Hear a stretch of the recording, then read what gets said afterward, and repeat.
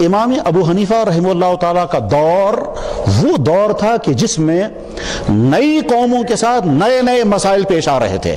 اسلام داخل ہو چکا تھا پورے عراق، ایران، سنٹرل ایشیا کے تمام قوموں میں اسلام داخل ہو چکا تھا۔ اب اس کے بعد اگلی قوموں تک اسلام پہنچنا تھا۔ اگلی قوموں کے ساتھ اسلام کے معاملات کیا ہونے چاہیے، اس وقت ضرورت اس بات کی تھی کہ اسلام کا قانون کیا ہے، بین الاقوامی قانون، دوسری قوموں کے ساتھ ملنے جلنے کے آداب کیا ہے، جنگ کے اصول کیا ہیں، صلح کے اصول کیا ہیں، بزنس کے اصول کیا ہیں، مسلمان دوسرے ملک میں چلا جائے گا تو کن اصولوں کے ساتھ، غیر مسلم مسلمان مملکت میں آئے گا تو کن اصولوں کے ساتھ۔ اس کو کہتے ہیں اسلام کا بین الاقوامی قانون، اور اس کا پہلا امام ابو حنیفہ رحمہ اللہ تعالیٰ، انہوں نے سب سے پہلے یہ قانون مرتب کیا، اور اس کے بعد پھر ان کے شاگرد تھے امام محمد، انہوں نے السیر الصغیر، السیر الاوسط، السیر الکبیر، اسی عنوان کی کتابیں لکھی ہیں، اور بعد میں ساری امت اس پر عمل پیرا ہوتی رہی ہے۔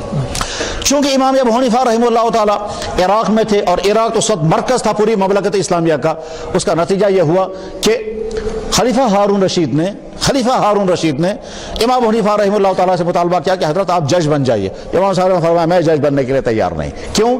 جج بننے کے معنی یہ ہے کہ میں حکومت کے ماتحت ہو جاؤں گا، اور حکومت کے ماتحت ہونے کے بعد پھر میں آزادانہ قانون سازی نہیں کر سکتا۔ آزادانہ قانون سازی کے لیے ضروری ہے کوئی خارجی دباؤ نہیں ہونا چاہیے، کوئی خارجی پریشر نہیں ہونا چاہیے۔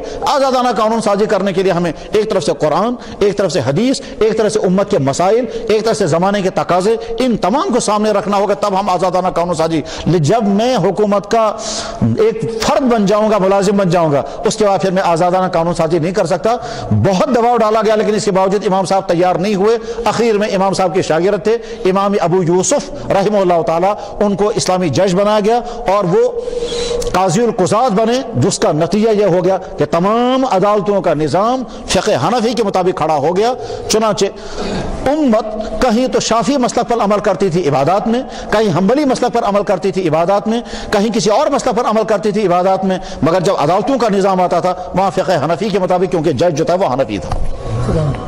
نتیجہ ہوا سارا عدالتی نظام جو ہے وہ فقہ حنفی کے مطابق مرتب ہوا۔